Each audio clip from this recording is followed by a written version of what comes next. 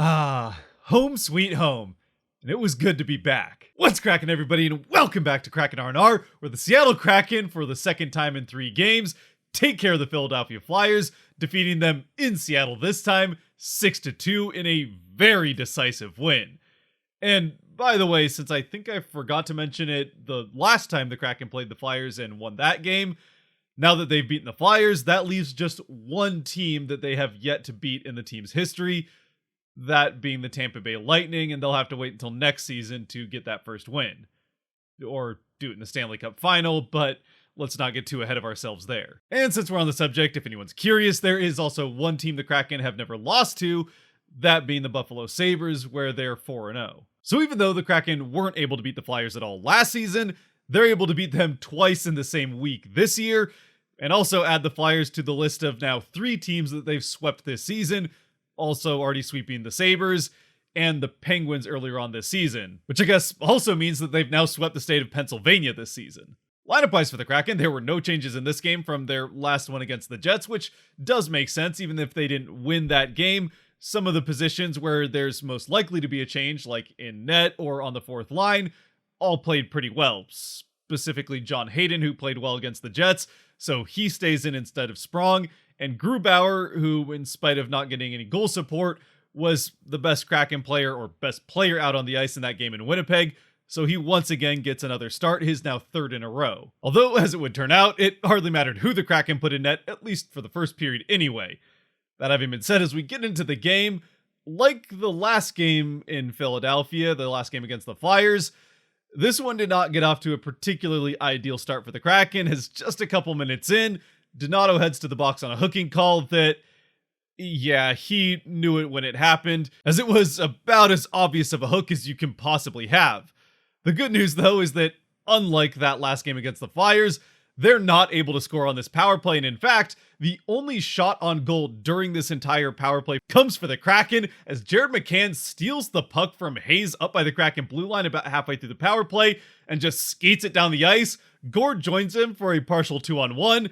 but all that really serves to do is prevent the defender from going to McCann, who fires off the shot and buries it into the back of the net short side to give the Kraken the 1-0 lead on their first shorthanded goal in quite a while. At least the first shorthanded goal that didn't come on an empty net in, I think it's been months. Honestly, I have no idea how long it's been. It just seems like it's been since the beginning of the season. So once again, it's all Jared McCann here with that beautiful play in the defensive end to steal the puck as Hayes was going for a shot. Hayes just, I guess, kind of forgot McCann was there, so he takes it off his stick, skates it down to the other end, and puts it into that net to give the Kraken the lead. And then the Kraken, obviously, as I've already said, kill off the rest of this Flyers power play pretty well, not allowing a shot on goal, and in fact, getting another shot on goal, or at least shot attempt, just after this McCann goal. And then not only do they not allow the Flyers to get a shot on goal during their power play, they don't allow the Flyers to get a shot on goal for the first, I think it was 13 minutes of this game. Might even pushed 14 minutes. Meanwhile, at the other end of the ice, shortly after this Flyers power play comes up empty and the Kraken kill that off, they get their first power play of the game not long after, and while they aren't able to score on it, this was probably their most dangerous power play of the night, as they got a number of shot attempts, especially having a very good push towards the middle of this power play, where they created their best scoring push really of the entire night, even though they don't end up scoring on it. And yes, I know that they end up scoring 6, we already pointed that out at the beginning, but this was a very good push that Carter Hart's just able to keep the Kraken from scoring on. Now, unfortunately, the Kraken aren't able to build momentum out of that power play, even if it did go pretty well for them. And things do even off through the middle of this period, although they still are occasionally getting their shots on goal at the Flyers' end of the ice and not giving up any for the Flyers at their end. The part of that was due to the Flyers missing the net every time they got a chance, but the Kraken will take it. And it took the Flyers until right about that 14-minute mark to finally get their first shot on goal. A shot which wasn't particularly dangerous, and Grubauer makes the easy save. And then the Kraken respond right away, getting back down to the other end of the ice. And on a delayed penalty, the 6th man comes onto the ice, the Kraken get set up. It's Wennberg up to Schultz, Schultz back down to Wennberg. Wennberg skates up to the blue line, then dumps it down to Tolvanen, who bumpers it back up to Schultz. He fires off the shot, and it's tipped home by Yanni Gourde, standing all alone in front of the net, screening Carter Hart. And although Hart does see this shot coming, Yanni Gord with the great hands eye play tips it in front of Hart, getting it across Hart's face and into the far corner of the net to give the Kraken the 2-0 lead on the delayed penalty. And the Kraken respond quickly to that first shot on goal that they allow of this game, making it 2-0 with more goals than the Flyers have shots on goal. A fact that would remain true all the way to the end of this first period, as the Kraken don't allow another shot on goal, and although they do press for more, don't end up scoring themselves. So we get to the end of one with the Kraken up 2-0 and outshooting the Flyers 11-1, or maybe it was 12-1. They did originally have the Flyers credited for 2 shots on goal, but the second one gets taken away during the intermission. So the Kraken outscore the Flyers' shots, which is why I say it didn't really matter who the Kraken had in net in this first period. Heck, I've never played goaltender, and I mean, I wouldn't have probably made that one save, but the game still would have been 2-1. The team would have still had the lead. Now, yes, you could point out if the Flyers knew that a nobody was in net, they would probably have actually shot on net instead of all around it. But it's more fun to say that anybody pulled out of the stands could have been in net, and the Kraken still would have come out of this first period with the lead. Unfortunately, the second period at least doesn't start out anywhere near the same, as the Kraken come out a bit sloppy and the Flyers eager to prove that that first period was not going to happen again, as they end up getting 5 shots on goal. In fact, I think it may have been the first 5 shots of this period right away in the first 5 minutes, so they go from 1 shot on goal to 6 shots on goal within just 5 minutes of the second period starting, which fortunately does not lead to a goal and eventually comes to an end, as the Kraken draw a penalty in their defensive end and head to their second power play of the game. And once again, maybe somewhat surprisingly considering how things have gone for this power play over the last couple of months, it looks pretty good for the Kraken. Maybe not quite as dangerous of opportunities as they had in that first one, but they're still creating their chances and getting consistent offensive zone pressure. And eventually, this time it all pays off for them, as once again it's Schultz playing catch with one of his offensive teammates. This time it's Matty Beniers, as the two of them go back and forth. Eventually it's Beniers up to Schultz, who fires off a shot, and it finds the back of the net, past once again a wide open Yanni Gord right in front of the net, screening Carter Hart. This time it does go clean past Gord without him getting the tip, but his screen was more than enough, as Hart had to stand up to see over Gord, which didn't allow him to get down for this shot in time. And the shot finds its way past both of them into the back of the net to give the Kraken the power play goal and the 3-0 lead. And also, with the primary assist, give Beniers his first point in quite a while, since before that injury from Tyler Myers, or he who shall not be named, as some in the fan base would like to call him. But Beniers back on the score sheet, and it is an assist for Beniers that, as we would see as this game would go along, could turn out to be the point that breaks open the dam, and he could end up going on another heater here after this first one goes in. I mean, it's an assist, but goes in after he touches it and gets him on the score sheet. And on top of all that, also unlike the first power play, not only are the Kraken able to score on this one, they're also able to maintain momentum out of it as they continue to press for more through the middle of this period. And while it takes a while, they do eventually find the back of the net again to make it 4-0. This time it's Gord springing Bjorkstrand on a straight up breakaway. Bjorkstrand skates in and buries it top corner in the one spot he could get it over the glove hand of Hart to give the Kraken the 4-0 lead, which unfortunately for Hart fans in Seattle and Silvertip fans, as Hart used to play for the Silvertips, that would be the end of his night. Though, while it wasn't necessarily a great night for Hart, he also got left out to dry by his not very good team in front of him, and this may have been more of a mercy pulling from Torts, even if Torts is not necessarily always one to show mercy. Either way, I don't know that this game was super on him, even if his stat line looks horrendous. A point that would be even more driven home not long after this fourth goal goes in, as if this pulling of Hart was meant as a wake-up call to the Flyers bench, it did not work, at least right away anyway, as they make a dumb mistake and send the Kraken to another power play just about a minute after the fourth goal. And the Kraken, a minute and a half into that power play, once again score on it. This time, it's just a nice, quick passing play to get the puck from behind the net, as once again, just like the last game against the Flyers, it's Eberle who starts the play behind the Flyers net, getting it quickly up to Schwartz in one attempt, although this time he's more out to the side and not wide open in the slot. but he one-touches it to another Kraken player who is wide open in the slot. It's Yanni Gourde as he winds up and fires off a bomb that goes past the one player between him and the net. That would be the goaltender. It goes bar down and in to give the Kraken their second power play goal in a row, and it makes it 5-0 Kraken. So yeah, it doesn't seem like the goaltender might have been the issue, as the Kraken just continue to lay it on regardless of who the Flyers put in net. Now at this point, the Kraken do start to get a little bit lazy and lackadaisical with the puck, and the Flyers are able to get a pretty good press off through the last couple minutes of this second period. The Kraken really, I think, feeling at this point like the game was over, and well, let's just say the puck very easily could have ended up in the back of the Kraken net a couple of times the way they played these last couple of minutes. But thanks to a combination of Philip Grubauer coming up with some saves and the Flyers completely wasting a few grade A chances, either missing the net completely or having passes just go a couple of feet wide. So, well, kind of like what we saw from the Kraken offense last season, the Kraken are able to escape without allowing a goal and get to the third period with a 5-0 lead.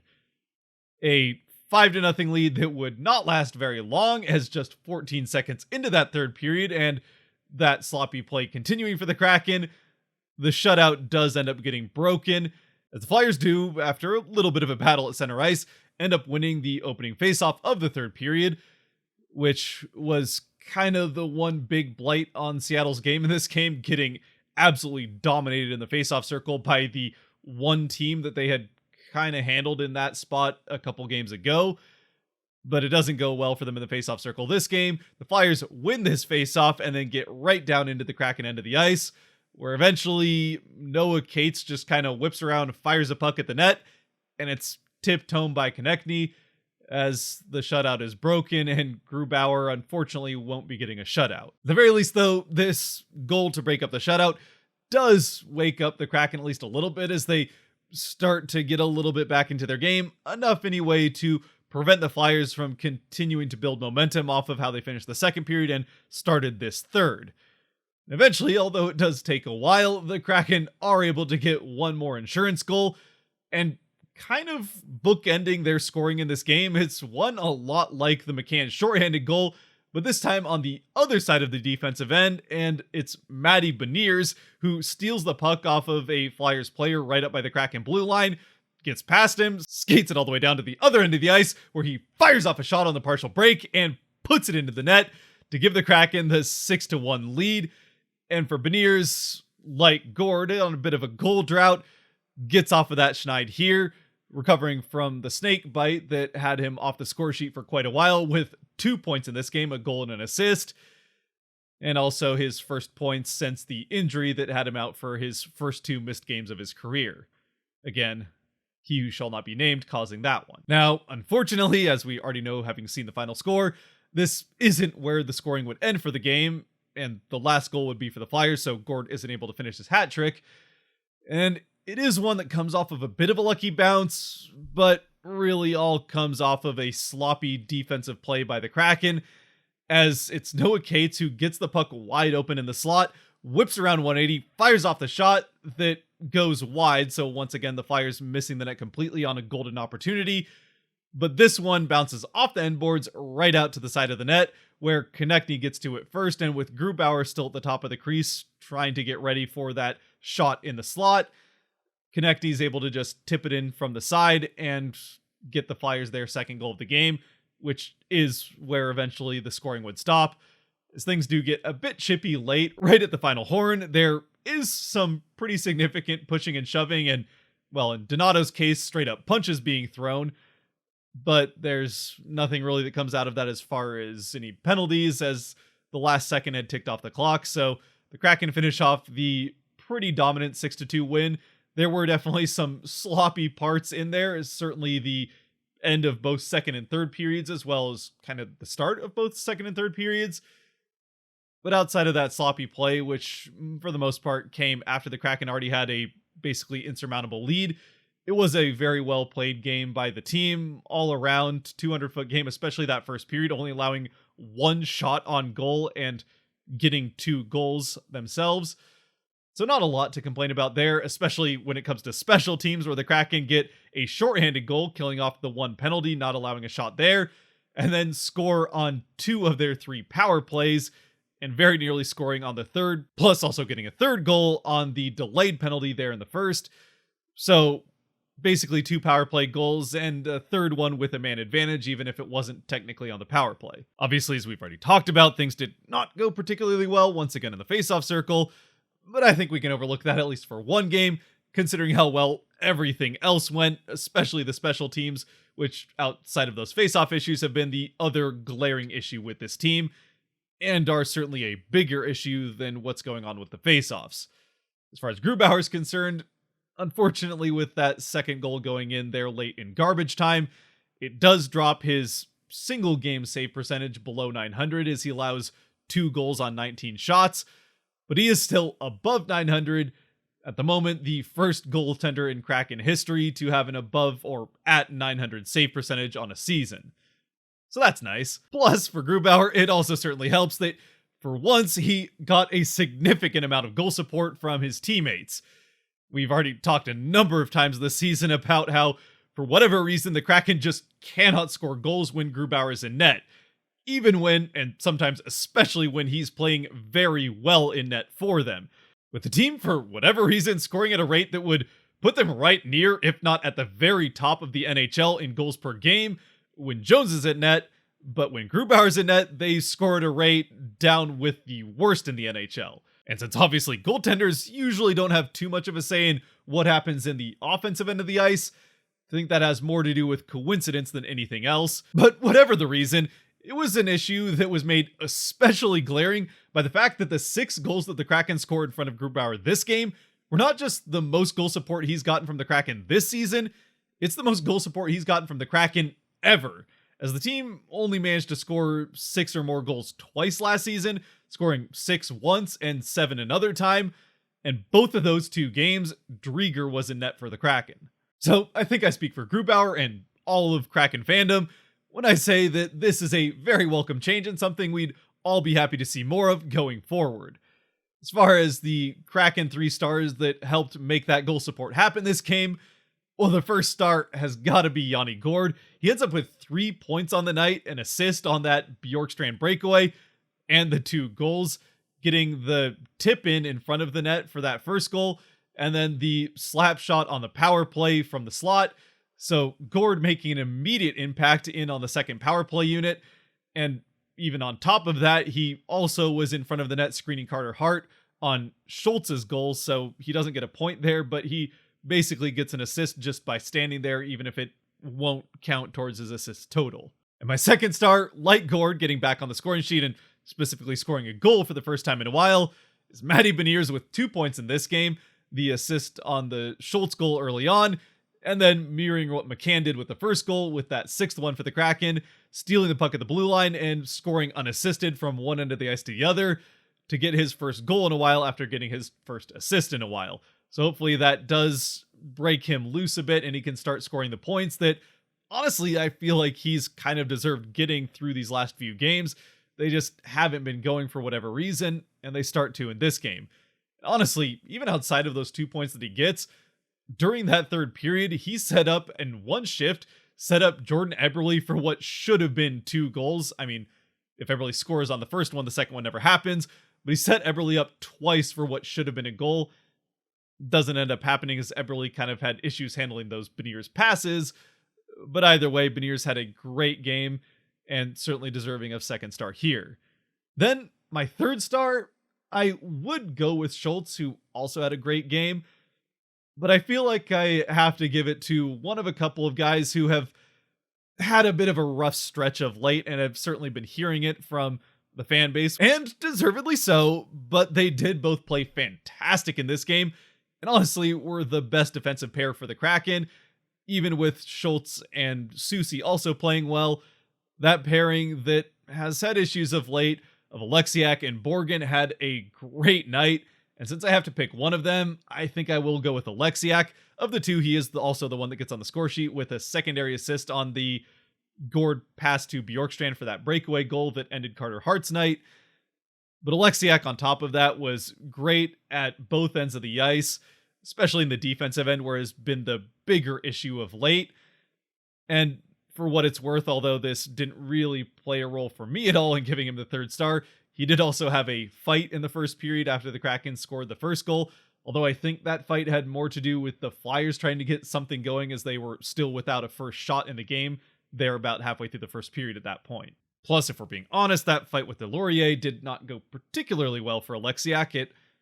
wasn't terrible for him either, but Delorier definitely got the better of that fight, which is not something we're necessarily used to seeing from a fight with Alexiak, but yeah, it is what it is. It's a hockey fight, so whatever. Speaking of Delorier, actually, that adds to that Beniers goal that I forgot to talk about. On Beniers' goal, he gets that whole play. It all starts in the far corner from where he ends up making the play up by the blue line. He gets a heavy hit laid on him by Delorier, who's one of the bigger Flyers players, and he pops right up, skates from the far corner all the way up to that blue line where he steals the puck and then takes it down to the other end of the ice. And it's definitely not the first time we've seen Beniers do something like this, take a big hit along the boards behind the Kraken net and then pop right up and create a play. Once again, he takes that hit, goes right up and steals the puck from a Flyers player and ends up scoring on the play. So not the type of play that we've seen in retaliation for, the one that ended up getting him hurt, where a hit was laid by him and then there was retaliation that led to a Kraken power play and Beniers' injury.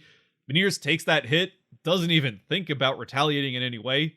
For one, he's a lot smaller than Delorier, so it might not have led to much, but he just pops right up, gets back in the play, and, well, in this case, scores on it. Anyway, now that I've remembered to mention that pretty important part of that great 200-foot play by Beniers, bouncing up from the hit, stealing the puck, scoring the goal, let me know what you think of this game down in the comments section. A great game from the Kraken all around, obviously scoring 6 goals, something that's been a while since they scored goals at that kind of clip, and, well, since ever that they've done it with Grubauer in net. On top of that, the special teams, really both of them playing fantastic. The Kraken scoring 2 for 3 on the power play again and going 1 for 1 scoring on the penalty kill and also killing off penalties. Hopefully that can continue. And obviously Beniers and Gord scoring again. So other than the faceoffs, a lot of good signs coming out of this game as the Kraken take care of business against one of the teams they should beat and now get 2 more here in the next couple of games. Still have to play them, but until then, if you have made it to this point, thank you very much for watching. If you did like or enjoy this video, the buttons for that kind of stuff down below help support the channel, so I'd appreciate you using them. And until that game against the Red Wings, who did the Kraken a bit of a favor and widened the gap with the Flames by beating them, stay safe out there, be good to each other, God bless, and go Kraken.